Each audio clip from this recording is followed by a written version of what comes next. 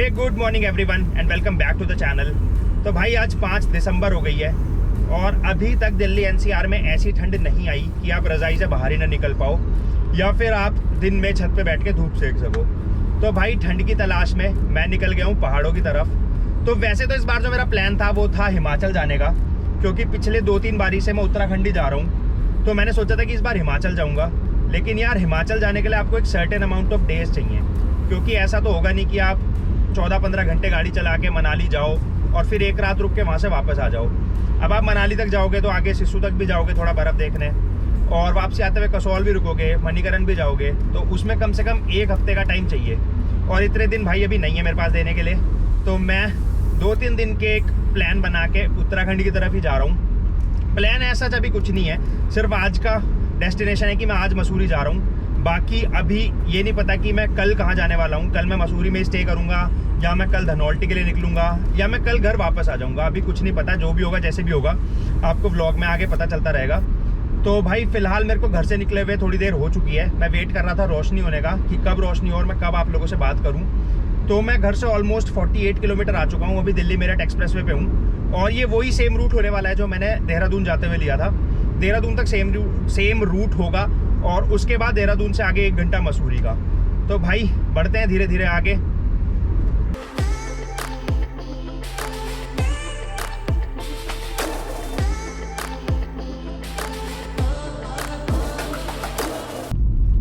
आ गया भाई अपनी जर्नी का पहला टोल। अब उत्तराखंड हिमाचल जाते हुए ये फायदा रहता है कि टोल वोल ज्यादा नहीं पड़ते, शायद 3 या 4 टोल पड़ेंगे टोटल। अब भाई अब राजस्थान वगैरह साइड चले जाओ तो हर आधे घंटे में टोल आता है। तो बस जल्दी से इसको क्रॉस करके निकलते हैं आगे। मौसम भी बहुत बढ़िया हो रहा है।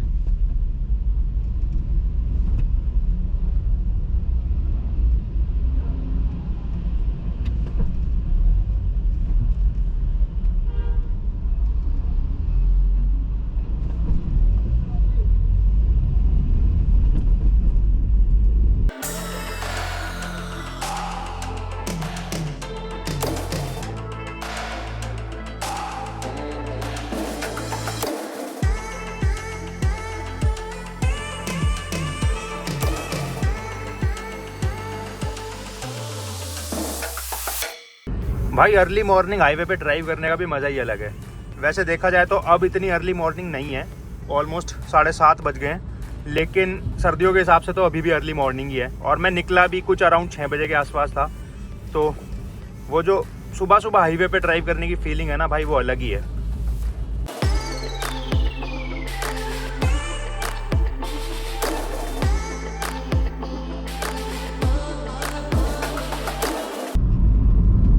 आ गया भाई दूसरा टोल प्लाजा।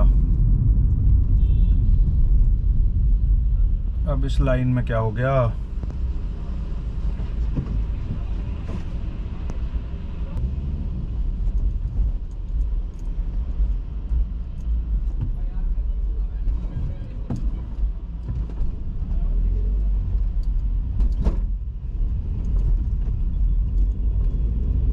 हरिद्वार है यहाँ से 129, रुड़की है 92। लेकिन हम रुड़की या हरिद्वार होते हुए नहीं जाएंगे, उसी रास्ते से जाएंगे जिससे पिछली बार देहरादून गए थे। क्योंकि हरिद्वार ऋषिकेश होते हुए या फिर रुड़की से होते हुए जो रास्ता है वो लंबा पड़ता है, और ये जो बीच वाला रास्ता है जो छुटमलपुर वाला, ये रास्ता उसके कंपैरिजन में छोटा है और अच्छा भी है।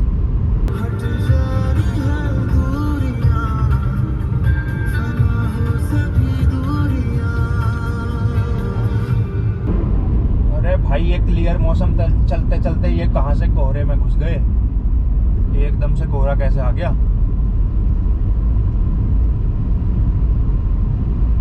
अभी कैमरे पे इतना पता नहीं चल रहा, लेकिन सामने काफी ज्यादा कोहरा है और विजिबिलिटी बहुत कम है।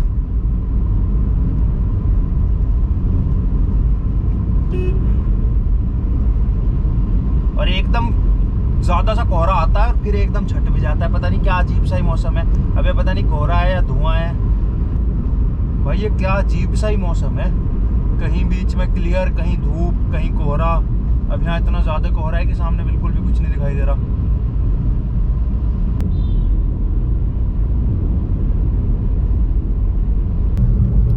ये आ गया भाई अगला टोल प्लाजा, और ये स्टेट हाईवे का टोल प्लाजा है, इसलिए यहाँ पे फास्टैग नहीं चलता। अब मतलब 2 महीने पहले तक जब मैं आया था, 2 महीने पहले, तब तो चला नहीं था। अब अभी का पता नहीं, क्या पता कुछ चेंज हो गया हो और चलना शुरू हो गया हो। बाकी मेरे को लगता नहीं, क्योंकि ये स्टेट हाईवे का टोल है तो यहाँ पे फास्टैग चलेगा नहीं, यहाँ पे कैश ही देना पड़ेगा।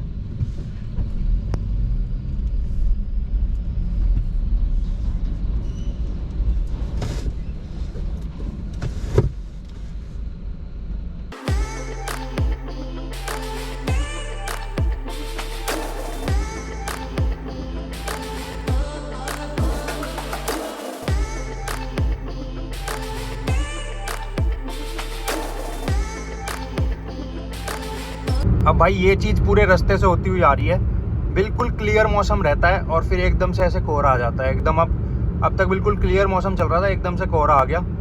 विजिबिलिटी है लेकिन काफ़ी कम हो गई विजिबिलिटी, और सामने मतलब ऐसा लगता है जैसे बहुत घना कोहरा है, और फिर आगे आगे बढ़ते जाओ तो वो एकदम से ख़त्म हो जाता है।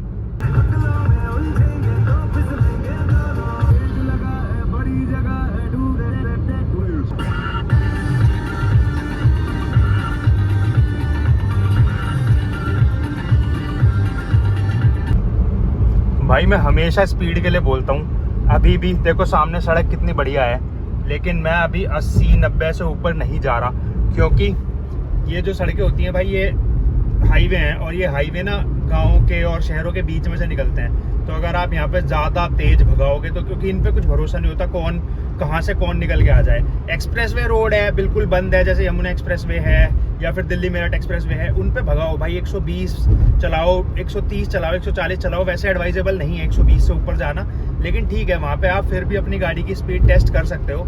लेकिन ऐसे जो नेशनल हाईवे होते हैं, भले ही सड़क कितनी भी अच्छी हो, लेकिन कोशिश करो कि 80-90 मैक्सिमम 100 से ऊपर ना जाओ, क्योंकि भाई कहीं आप 5 घंटे में पहुंचने वाले होंगे, वहाँ 6 घंटे में पहुंच जाओगे, लेकिन कम से कम खुद को और सड़क पे दूसरे लोगों को सेफ रखोगे।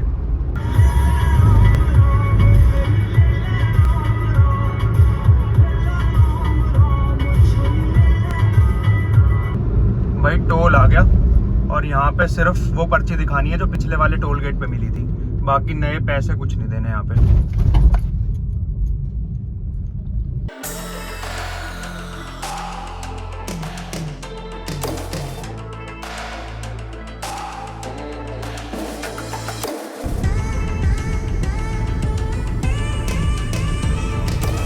तो भाई 200 किलोमीटर डन, और अब देहरादून बचा है यही कोई 40-45 किलोमीटर के आसपास। तो बस अब 5 मिनट के ब्रेक के लिए रुका हूँ, गाड़ी यहाँ साइड में लगाई हुई है, और ये वाला हाईवे सीधा जाएगा देहरादून। 5 minutes later. चलो भाई 5-10 मिनट का ब्रेक हो गया, अब निकलते हैं यहाँ से।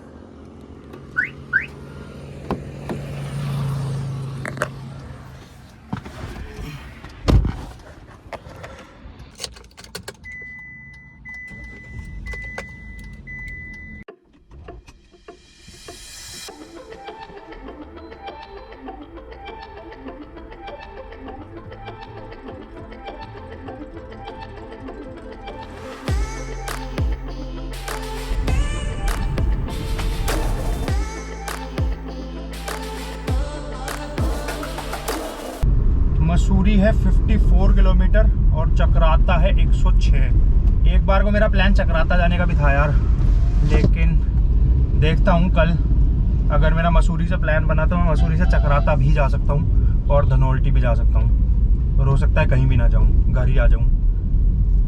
पर हाँ चक्राता में 1-2 जगह हैं जो भाई काफ़ी अच्छी हैं, और मेरा बड़ा मन है चक्राता जाने का। तो अगर इस बार नहीं तो अगली बार तो ज़रूर जल्दी कोई ना कोई प्लान बनाता हूँ चक्राता का भी।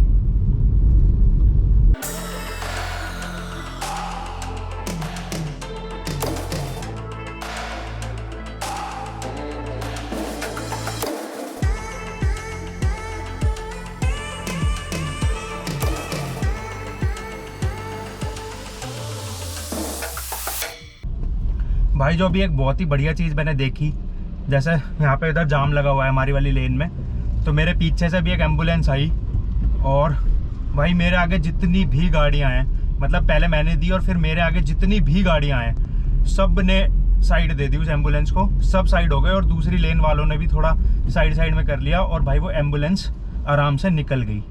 तो ये वाली सेंस तो भाई लोगों में आ गई। और भाई सही में देख के मतलब इतना बढ़िया लगा, जैसे मैंने साइड दी, मेरे को लगा पता नहीं आगे साइड कोई दे ना दे। आगे मेरे जो फॉर्च्यूनर वाला चल रहा है, पहले इसने साइड दी, फिर इसके आगे एक एक्सयूवी है उसने साइड दी, और भाई सब ने साइड कर करके और उस एम्बुलेंस को क्लियर पास दे दिया बिल्कुल।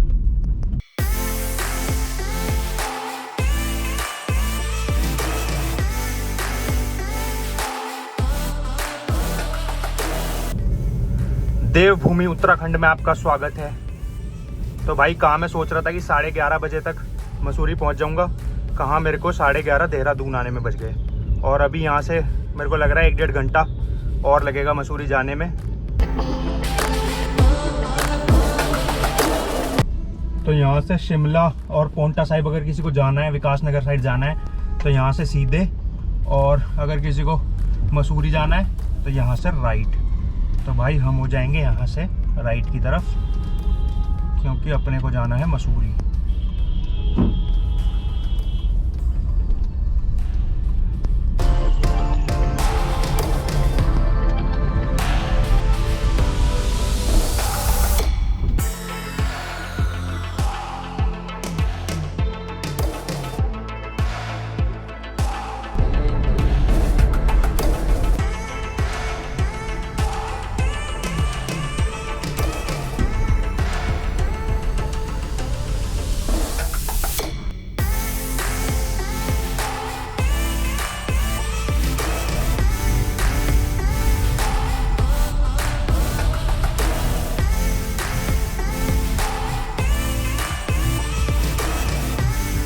भाई आखिरी के कोई 25-30 किलोमीटर बचे हैं और अभी साइड में रुका था एक सुसु ब्रेक के लिए। अभी 2 मिनट पहले पेट्रोल भी डलवाया था, तो वहाँ पे वॉशरूम था नहीं, तो इसलिए थोड़ा सा आगे रुका था आके। और ये देहरादून मसूरी रोड है, इधर साइड में मेरी गाड़ी खड़ी है और यही रोड अपने को सीधा मसूरी लेके जाएगा। हार्डली कोई 40-45 मिनट का रास्ता बचा होगा। और भाई अभी तक तो पूरी गर्मी है, ये एक अपर भी पहना नहीं जा रहा बिल्कुल, और इसमें भी पूरी गर्मी लग रही है। बाकी आगे उम्मीद है कि मसूरी में ठंड मिलेगी और शाम को तो ठंड होगी। तो बस ये आखिरी का 1 घंटे का रास्ता है, इसको कवर करते हैं जल्दी।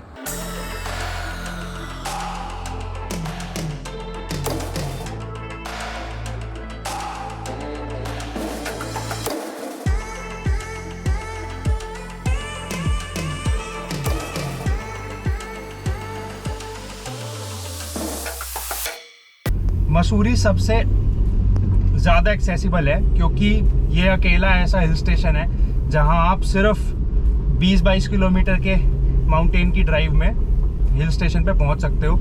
और बाकी सब में, नैनीताल में भी ऑलमोस्ट 35-40 किलोमीटर पहाड़ों पे गाड़ी चलानी पड़ती है। बाकी मनाली तो 250-250 किलोमीटर सिर्फ पहाड़ों की ड्राइव है। तो इसीलिए, और जो दिल्ली NCR वाले लोग हैं उनके लिए सबसे नियरेस्ट अगर कोई हिल स्टेशन है जहां आप 4-5 घंटे में सुबह 6 बजे निकलो 10-11 बजे तक पहुंच सकते हो, तो वो मसूरी ही है। बाकी अगर भाई कोई फर्स्ट टाइम भी आ रहा है यहाँ पे गाड़ी लेके, तो भी मेरे को नहीं लगता कि कोई ऐसी खास दिक्कत होने वाली है। बाकी हाँ, थोड़े रास्ते यहाँ के खड़े हैं। हिमाचल के जो पहाड़ों के रास्ते होते हैं वो इतने खड़े नहीं होते। प्लस वहाँ की जो हिमाचल की सड़कें होती है वो यहाँ से ज़्यादा चौड़ी होती हैं। उत्तराखंड के पहाड़ों की सड़कें थोड़ी पतली हैं इन कंपैरिजन टू हिमाचल के पहाड़। लेकिन अगर मतलब आपको बैलेंस पता है अपनी गाड़ी का और ठीक ठाक गाड़ी चला लेते हो, तो मेरे को नहीं लगता कि मसूरी, नैनीताल जैसी जगहों पे गाड़ी लाने में आपको कोई भी दिक्कत होगी अगर आप फर्स्ट टाइम लेके आ रहे हो। लेकिन भाई फिर भी बहुत ध्यान से चलाओ, मतलब जितने ध्यान से आप प्लेन्स में चलाते हो उससे डबल कंसंट्रेशन के साथ पहाड़ों पे चलाओ, क्योंकि पहाड़ों पे पलक झपकते ही एक्सीडेंट का चांस रहता है। इसीलिए कायदे में रहो, फायदे में रहो और अपनी लिमिट में चलाओ। अगर पीछे से कोई आपको बार बार पोक भी कर रहा है तेज चलाने के लिए या कुछ करने के लिए, उसको साइड दे दो, उसको निकलने का मौका दे दो। आप अपने हिसाब से चलो, किसी को दिखाने के लिए कुछ ज़रूरी नहीं है कि भाई मैं तेज चला लेता हूँ, मैं ये कर लेता हूँ। जितने में आप अपनी गाड़ी को कंट्रोल कर सको उतने में चलो। और ब्लाइंड टर्न्स पे कभी भी ओवरटेक मत करो, मतलब कभी भी ओवरटेक मत करो। ओवरटेक तब करो जब आपको दूर तक का व्यू मिल रहा हो और आपको दिख रहा हो कि सामने से कोई भी व्हीकल नहीं आ रहा। बाकी भाई यही चीज़ें हैं, 2-4 चीज़ों का ही ध्यान रखना होता है। बाकी तो भाई जो मज़ा आता है पहाड़ों पे गाड़ी चलाने में वो अलग ही है।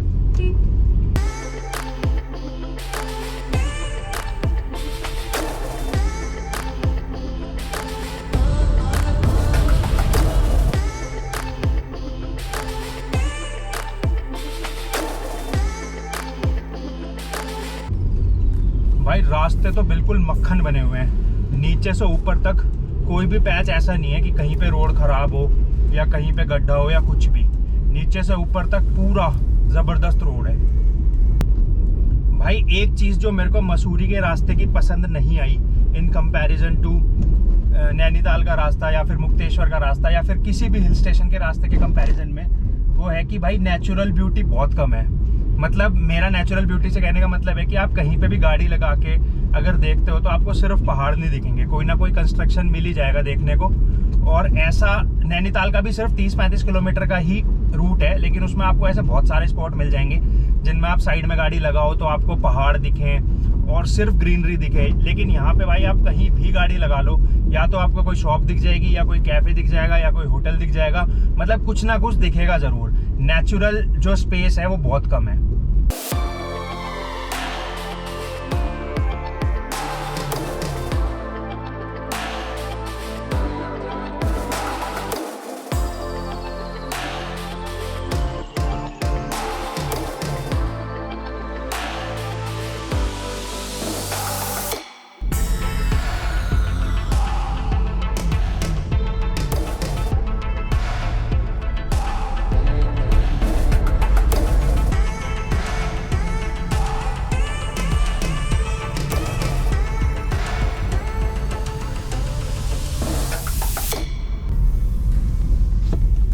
भाई ये पहुंच गया मैं लाइब्रेरी चौक, और अब यहाँ पे मेरे को सबसे पहले ढूंढनी है पार्किंग, क्योंकि सबसे पहले गाड़ी लगा के टेंशन फ्री हो जाऊं, फिर उसके बाद करूँगा जो करना है।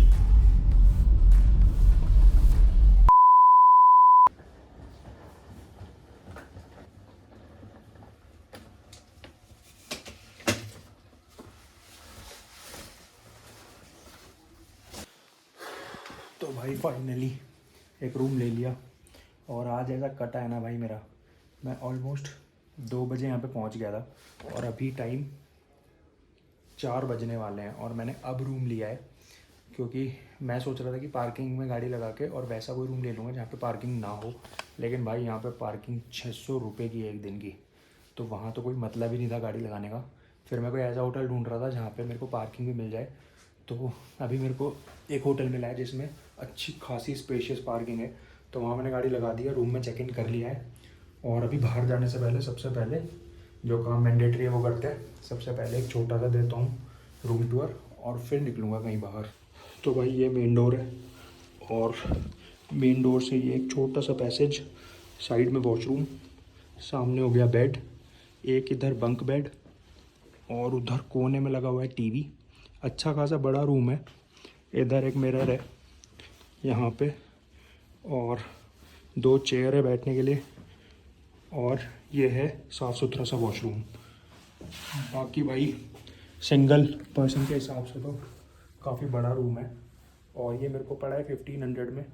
और बाकी जो रूम मिल रहे थे वो 1000-1100 के रूम मिल रहे थे, प्लस 600 रुपये मेरे को पार्किंग में गाड़ी लगाने के देने पड़ते हैं। तो उस हिसाब से तो ये डील मेरे को बेटर मिली है।